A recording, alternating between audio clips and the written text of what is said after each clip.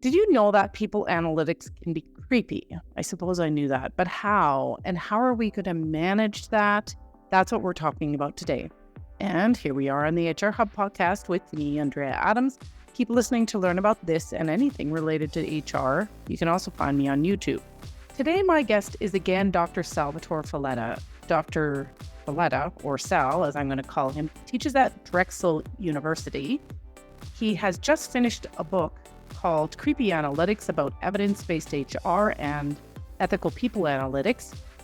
It's likely by the time this is published on my channel, his book will be published. He's also worked as a CHRO and a consultant. Hi, Sal. How are you? I'm doing well. Thanks for having me, Andrea. Well, thank you for coming back and talking about this. I did another ethics episode recently about AI, and I thought it was just so fascinating, and it should really, really concern us all. Let's get your take on this. Why should we be talking about ethics in HR and ethics in people analytics in particular? Yeah. When you consider all the ongoing transformational and technological trends we're seeing now out there in the workplace, a big promise and potential for HR analytics, or what is often referred to as people, talent, human capital, or workforce analytics. And we're real excited about it. There's a lot of buzz out there. Over the last decade, we've seen a number of very well thought out books that got published, all kinds of resources and tools and conferences on the topic of people analytics. And today we have a robust global people analytics community. Mm-hmm. However, despite all these great resources and the good intentions of the HR analytics community, in my view, I've seen this gradual erosion of workplace privacy and ethics, what I would refer to as this workforce datafication or quantified employee agenda that's running amok.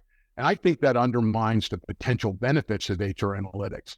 And while many in the HR analytics community have good friends and colleagues that will argue that big data doesn't mean big brother, boy, there have been a number of workplace technologies, including AI-powered platforms and practices and stories that have made front-page news. I should add, it means different things to different people. For some, it's just descriptive reporting of HR indicators, right? Others, it involves sophisticated modeling procedures. What's curiously missing, though, is any mention of HR, evidence-based HR, or ethics from any of the definitions that you see out there. So what I'm advocating for here is an evidence-based and ethical approach to developing our HR analytics capabilities that fosters or cultivates an ethical mindset. And we need to consider that throughout our HR analytics journey. So what does it look like when the data is being used unethically? Can you paint a picture for us? Yeah. When you think about ethics is not the same thing as legal, right? Ethics is all about gray area, right? And just because something's legal doesn't necessarily mean it's ethical. And just because we can do something doesn't necessarily mean we should. So we all know ethics is philosophical. It's about moral principles and values, right and wrong. Yes. And it really depends on our personal, professional values, right?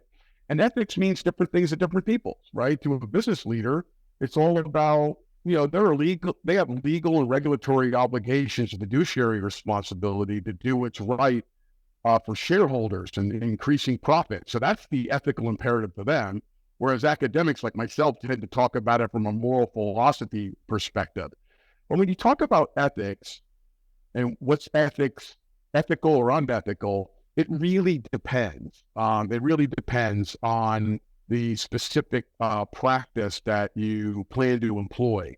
And it's not just about the ethical use, it's ethics in terms of the questions we pose. And I'll mention this a little later, but the questions we pose, the data gathering approaches we use, the methods and sources we use, how we communicate it, there's ethics involved in that, and as well as how we use the resultant insights from people analytics. Okay. So can you give us an example of when it starts getting unethical and when we have just crossed over into being creepy? Yeah. according to the title of your book. Huh. Yeah, the creepy analytics title, I don't want to misinform anybody. It was meant to kind of get people's attention. The real purpose of the book that I wrote is how to do it ethically and responsibly. So to answer your question, there's been kind of a shift over the last 2 decades. When we did HR analytics, back then we called it HR analysis, HR measurement, HR research. People analytics didn't come into the vernacular until around maybe 2006, 2007. And there's been a big shift from traditional data collection, like employee surveys, metrics, personnel selection tools like personality assessments. These were active data gathering that was fully transparent to employees. And there's been a move towards unstructured, novel data sources. Those are in vogue today, but novel data sources lack transparency. Let me give you a perfect example. For years, we were doing traditional web-based employee satisfaction or employee engagement surveys, and the employee knew what they were getting. They were getting a survey, and they completed it. Today, we're using AI-powered employee listening and sensing platforms that use passive data gathering, which is largely invisible to the employee. Well, that's a little creepy. It's like your manager can come to you and say, "Hey, Bill or Jill, you're disengaged." Am I? How do you know that? Oh, well, our always-on listening platform detected your employee sentiment, and it indicates or suggests that you might be disengaged. I don't know about you, but I find that a little creepy. And then you think about people analytics years ago was done largely by hand, manually. So since the data is bigger now, they're creating all these platforms to scrape and analyze and sense employee sentiment and behavior in the workplace in real time without the employee even knowing it. So that's where it gets a little creepy. And you can't blame leaders, really, if you think about it. Yeah. Leaders are always seeking out new and emerging digital HR technologies. They want to streamline and accelerate their HR analytical insights, their hiring processes. Can I jump in here? Because I used to do quite a bit of surveying, was responsible for it. And response rates, people don't want to respond. So you have to get creative about how you're going to learn about what they want. Yeah, that's a good argument for the passive data gathering with employee surveys. Is employees are busy. Yes. We don't always get the response rate we want. They're so busy. Why encumber them with a survey when we can just get it in a passive way? Yeah. And that assumes that if you're doing it in a passive way, that's okay, but you should be transparent. In other words, you should let employees know, hey, we're passively gathering data on your employees' sentiment through various tools and platforms. And this is why we're doing it, and this is how we're going to use it. It gets creepy in particular when they don't know about it. And then the creepy factor has come into play over the last decade when you consider the digital HR industry. More and more AI-powered platforms are, coming into the marketplace, and they keep pushing the envelope, in terms of the so-called creepy line. Yes. Yeah. So in my opinion, I think the HR community is at an ethical crossroad, and the choices we make will determine whether we have a bright future, it's going to remain a positive force for good, or a dark dystopian future. And I'm hoping for a bright future, and I think we can have that if we do it ethically and responsibly. Mm-hmm. It's almost like the way you say that, a dark dystopian future. I mean, it's almost like the decision of all of society, really, and the HR goes with the flow, or we talk about ethics, we maintain our ethics, and try and do the right thing. I don't think we'll ever have a completely dark and dystopian Orwellian kind of society. I hope not. Yeah. But so think of those as polar opposites. On one hand, on this side, we had HR analytics as a proactive, systematic process for ethically gathering, analyzing data for smarter workforce decisions. That's an evidence-based and ethical approach. On the other end of the extreme would be the quantified employee agenda. That's where HR analytics is, you all about ubiquitous datafication, surveillance, and analysis of the workforce, that it's all designed to shape and nudge desired behavior, right? And to manipulate and control the workplace. Now, that's a dark dystopian extreme. So we got two extremes. What I think will really happen is most organizations will assess the risk and rewards with certain creepy practices, and they will get right up to the creepy line. That's the ethical gray, shades of gray, if you will, the creepy line. I don't think they'll go totally extreme, dark, Orwellian, but I don't think they're going to do it in a completely transparent way either. Creepy analytics could be financially beneficial. Manipulating your employees can be beneficial. It is. What stops and seeing as you talked about their responsibility to the shareholder and whatnot, what is going to stop those organizations from pushing the line too far? At the end of the day, the HR analytics community, we have to police ourselves. I think we have to come together and be proactive and come up with a set of ethical outcomes across our people analytics journey. We have to do that internally, for one.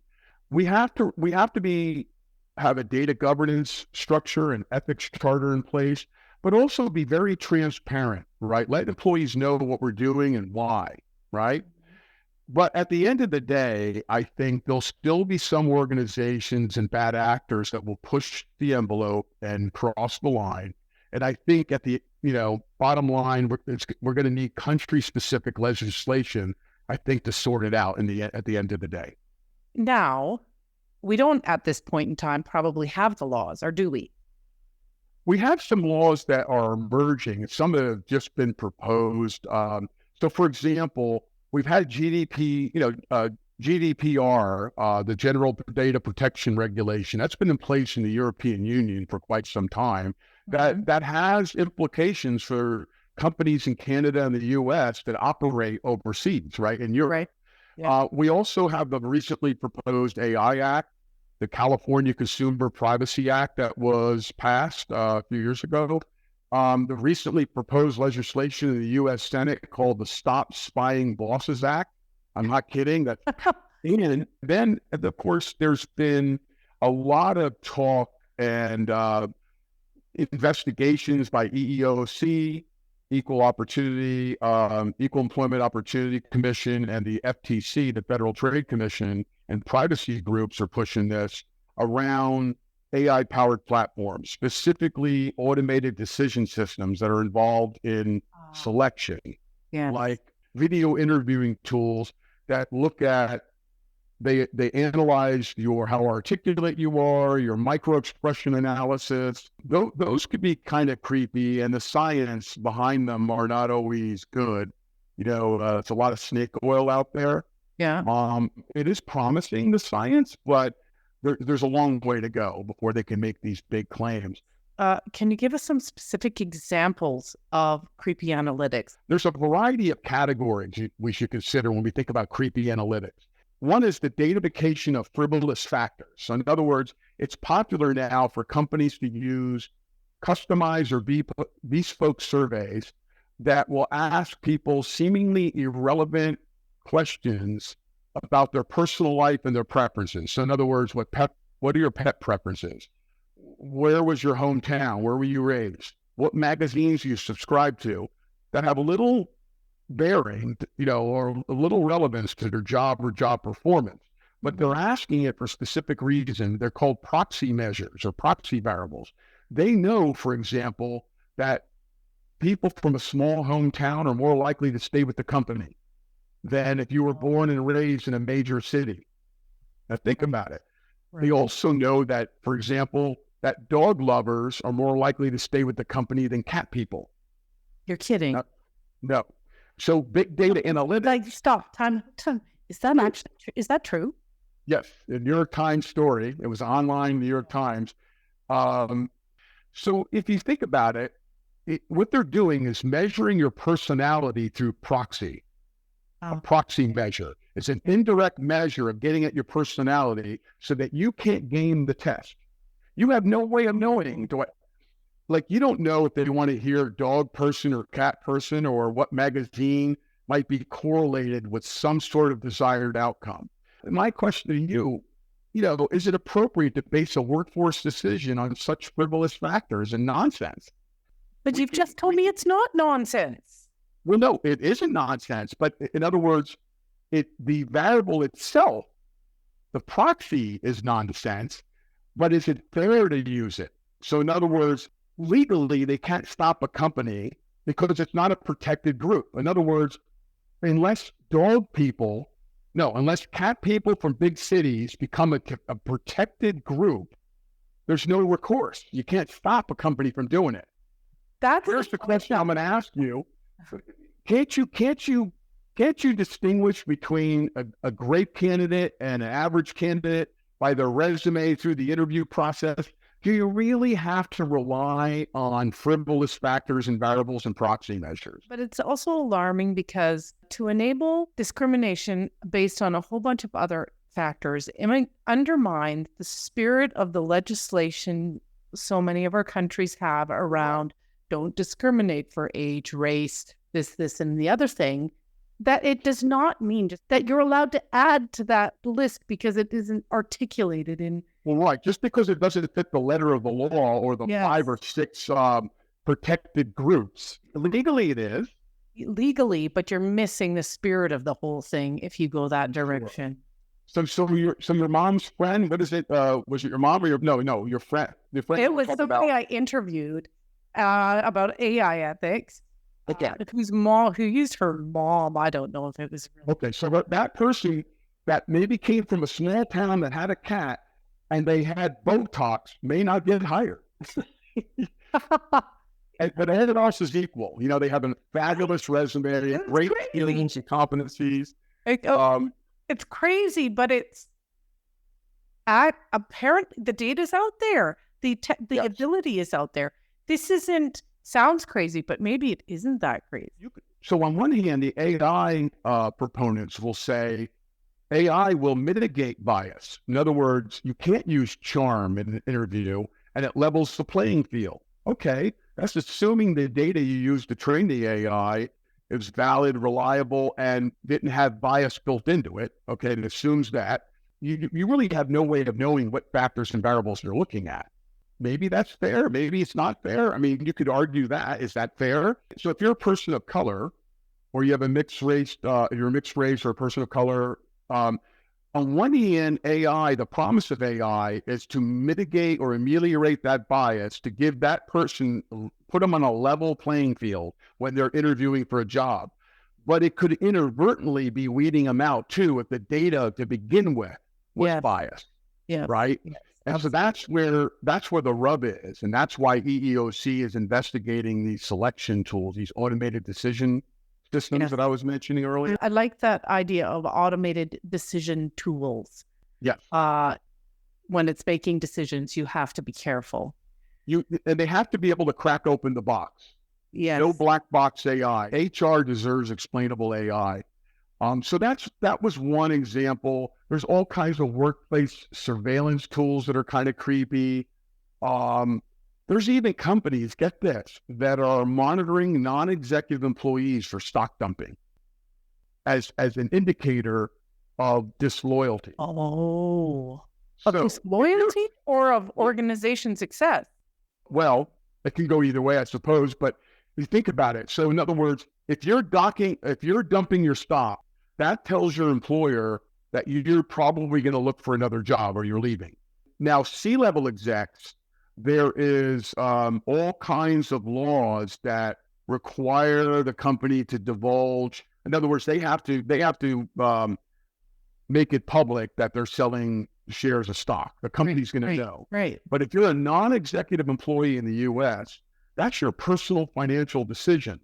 That's a little creepy. That's no different than moving money around in a 401k. Another area is sociometric badges that show where your whereabouts are. So in other words, wherever you are on the campus at work, they know where you are. And some of these badges are pretty sophisticated. They listen to you, what you say, what you do, your behavior, your interactions, who you interact with, etc. What about That's a little creepy too. They can't listen to you when you're in the bathroom, can they? Well, I asked that question. It's actually in my book. I was, all right. I was on a consulting project. I go in, I said, hey, I'm looking for, Jim Johnson. I'm just using a pseudonym. And he's my client.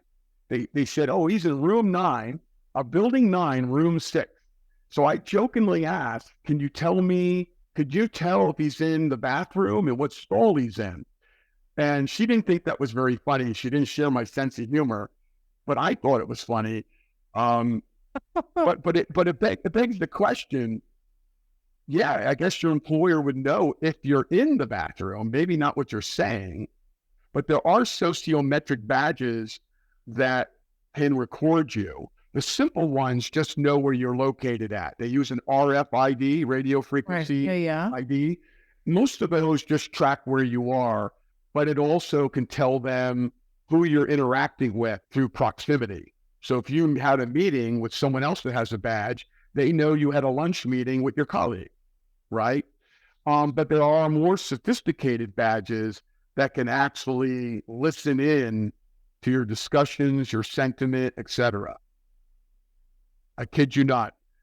And some firms are also doing email analysis on your tone of your writing. So if you're writing something in email, they can look at your sentiment and analyze it, your engagement, whether you use sarcasm. Yeah, for sure. Yeah, so think twice about sending that flaming email to your colleagues or your boss.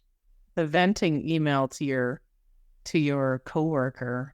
That's right. They can analyze it particularly with Microsoft 365 and the Google Suite.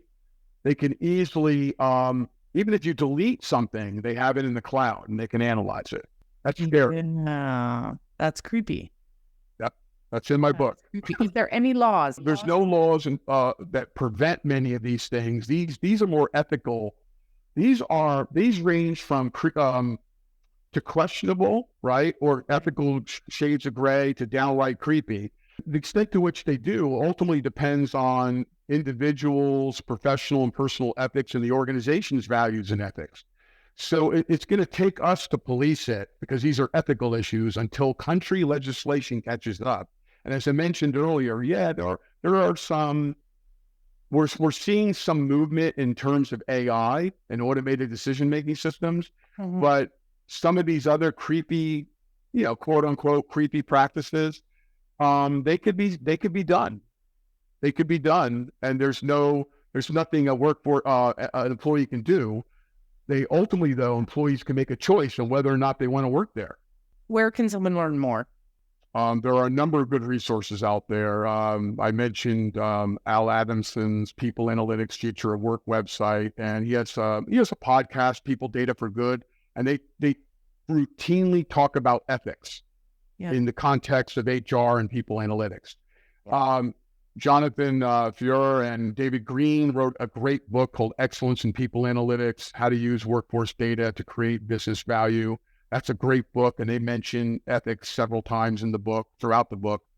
If you want a book just on the ethical implications of people analytics, then my forthcoming book, obviously Creepy Analytics, that'll be out in February of this year, would be the best place to go because it covers the entire gamut.